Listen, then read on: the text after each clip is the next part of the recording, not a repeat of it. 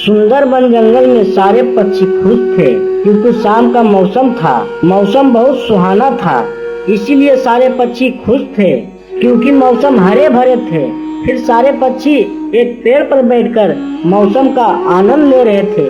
तभी महाराज का सेनापति आता है और बोलता है, सुनो सुनो सुनो, महाराज ने सारे पक्षियों को तुरंत महल में बुलाया है। अगर कोई पक्षी महाराज के पास नहीं गया तो उसे ज्यादा से ज्यादा सजा दिया जाएगा। अरे बाप रे, पता नहीं क्या हुआ होगा जो राजा साहब तुरंत महल में बुलाए हैं। फिर सारे पक्षी महल के तरफ रवाना हो जाते हैं। कुछ देर बाद सारे पक्षी महल में पहुंच जाते हैं। फिर टुन्नी कहती है, क्या बात है महाराज, जो आपने हम सभी को बुलाया है। हमारे जंगल में कोई मुसीबत तो नहीं आ पड़ी है महाराज। हमारे प्यारे दोस्तों, हम पर अचानक ही एक मुसीबत आन पड़ी है। मौसम बहुत खराब होने वाली है, बारिश और तूफान का खतरा है। तो तुम सभी को अपने अपने घोंसले मजबूत करने पड़ेगी ताकि जंगल में बाढ़ आ जाती है, ताकि पानी इकट्ठा हो जाती है। आप लोग अपने अपने घोंसले पक्के कर ले। ऐसे ही एक दिन बारिश शुरू हो जाती है और बारिश 5 दिनों तक जारी रहती है, जिससे पानी उनके घोंसले तक पहुंच जाता है। अभी पक्षियों के घोंसले तक पानी आ जाती है। वो सारे के सारे पक्षी उड़ के एक ऊंचे पेड़ के ऊपर चले जाते हैं। सभी पक्षी एक ऊंचे पेड़ पर बैठे हुए होते हैं कि वहाँ महाराज का सेनापति आता है। सेनापति उनसे कहता है, सुनो सुनो सुनो, महाराज ने संदेश दिया है। पास के जंगल में एक बड़ा आम का पेड़ है जो हमेशा एक पक्षी की बलि मांगता है। एक पक्षी के बलि के बाद इस तरह के बारिश और तूफान रुक जाते हैं। तो आप में से कोई एक पक्षी बलि दे दे।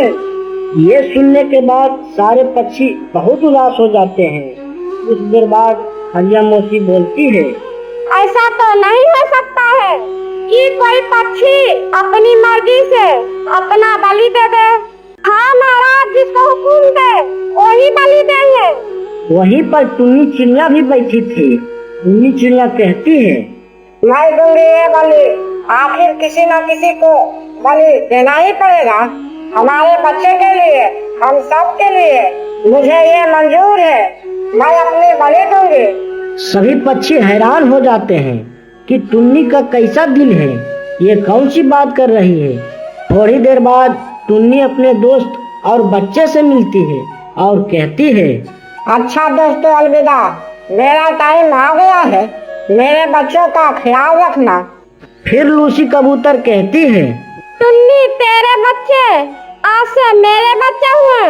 मैं तेरा अच्छा दोस्त हूँ, लेकिन तू अपनी कुर्बानी मत दे। फिर हरिया मौसी कहती है, मेरी बच्ची, मेरी उम्र ज्यादा है, मैं तो वहाँ तक नहीं हो सकती, लेकिन तेरे बच्चे आज से मेरे बच्चे हुए। ऐसी बात नहीं है हरिया मौसी, हम सब के फायदे के लिए, मेरे बच्चे के फायदे के लिए, हम सब पक्षियों के लिए, भलाई के लिए एक ना एक को एक कुर्बानी देने ही होगी। फिर कोई और है या हम है, क्या फर्क पड़ता है, इसीलिए मैं जाऊंगी। फिर टुन्नी का बच्चा बोलता है, माँ आप मत जाओ माँ, मुझे जाने दो, मैं अभी बच्चा हूँ माँ। नहीं बेटा, तुम अभी बच्चे हो, तुम अभी ये दुनिया भी नहीं देखे हो, और मेरे जाने के बाद तुम्हें देखभाल करने के लिए हरिया मौसी और लूसी कबूतर ये सभी लोग हैं जो मेरे से तुम्हें ज्यादा प्यार करेंगे। अब मुझे जाने दो बेटा, अब जाने का टाइम आ गया है। इतना कहकर टुन्नी वहाँ से चली जाती है। तूफान बहुत ज्यादा होता है। तूफान ज्यादा होने की वजह से पंख भी गीले हो जाते हैं और वो ठीक से उड़ भी नहीं पाती है। बारिश और तूफान तो रुकने के नाम ही नहीं ले रहे थे। उसे उस आम के पेड़ के पास जाना था। वो मन ही मन कहती है, बच्चे को तो मेरे दोस्त पाल ही लेंगे और वो मुझसे भी ज्यादा प्यार देंगे और मुझे तो पूरा विश्वास है। लेकिन वो आम का पेड़ कैसा होगा, बलि किस तरह से देनी होगी, पता नहीं मैं वहाँ तक पहुँच पाऊंगी या नहीं। बारिश तो बहुत ज्यादा है और मेरे पंख भी पूरी की पूरी तरह से गीली हो गई है। पता नहीं बारिश कब रुकेगी, मैं वहाँ तक पहुँच पाऊंगी या नहीं। लेकिन जो मेहनत करते हैं उसकी हार कभी नहीं होती। बारिश में गीले पंखों के साथ भी उड़ते उड़ते आखिरकार टुन्नी दूसरे जंगल में पहुंच जाती है। घने वाले जंगल में पहुंचने के बाद रात हो जाती है। टुन्नी को वहीं पर एक रात गुजारने पड़ती है।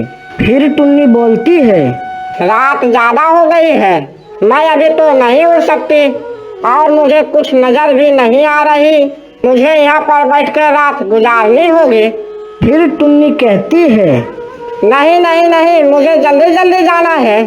ये ना हो कि जंगल बारिश से पूरा भर जाए, जिससे मेरे बच्चे और जंगल के सभी पक्षी परेशान हो जाएं। लेकिन कुछ दूर जाने के बाद मजबूरी में उसे बैठना पड़ता है, क्योंकि रात को उसे कुछ नजर नहीं आता। फिर उसी पेड़ पर बैठकर अपना रात गुजारती है। लेकिन वो जागती रहती है और मन ही मन बहुत कुछ सोचते रहती है। पता नहीं सारे पक्षी कैसे होंगे, वो ठीक भी होंगे या नहीं। यही सोचते सोचते सुबह हो जाती है। वो फिर वहाँ से उड़ जाती है। फिर वो काफी ढूंढने के बाद वो उस आम का पेड़ को ढूंढ लेती है। वो जैसे जैसे उस पेड़ के नजदीक पहुँच रही थी, उसे उड़ा नहीं जा रही थी, क्योंकि सामने उसके मौत नजर आ रही थी। उड़ते हुए वो उस पेड़ के सामने आकर बैठ जाती है। अरे कौन हो तुम? जानती नहीं मैं कौन हूँ? मेरे पास कोई पक्षी नहीं आता, क्यों यहाँ आई हो? पेड़ भैया, हमारे जंगल में बहुत बड़ा तूफानी बारिश आई है। इसी तरह से हमारे पूरे जंगल में पानी भर गया है। मैंने अपने अपने घोंसले मजबूत किए थे, लेकिन उसमें भी पानी भर गया। महाराज ने कहा है एक बड़ा सा आम का पेड़ है जो हर साल एक पक्षी का बलि मांगता है। उसके बाद बारिश और तूफान रुक जाते हैं। मैं अपनी बलि देने आई हूँ। अरे इस तरह तो मुझे उम्मीद नहीं थी। हर साल तो महाराज के सेनापति एक पक्षी को मंजोवरी लेकर आते थे और उसकी बलि दी जाती थी, लेकिन तुम खुद उड़कर आई हो, ये कैसे हो सकता है?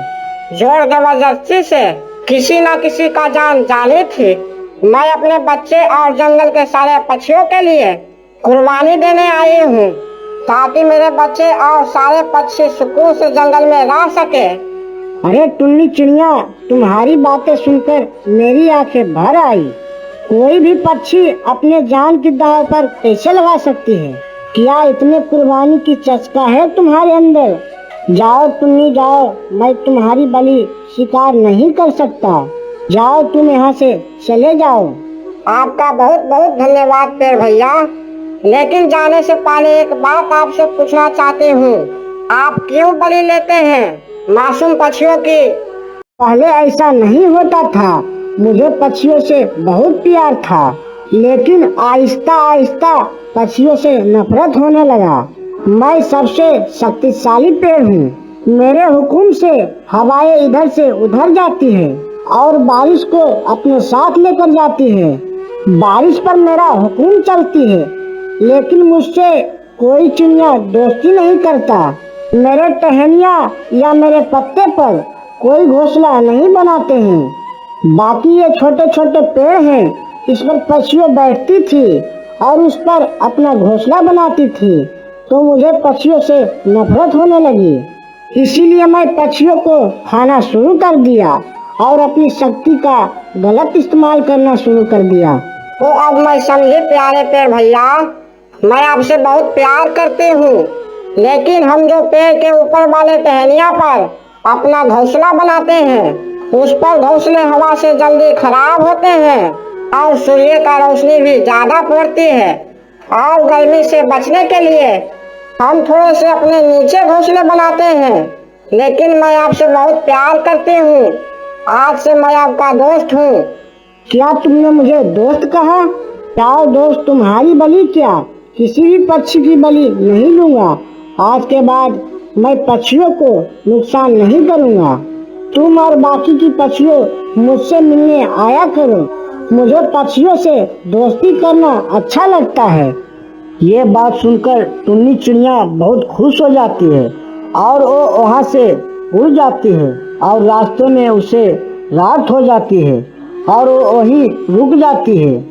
अगले दिन जब वो अपने जंगल में पहुँचती है तो सारे पक्षी उसे देखकर बहुत खुश होती है।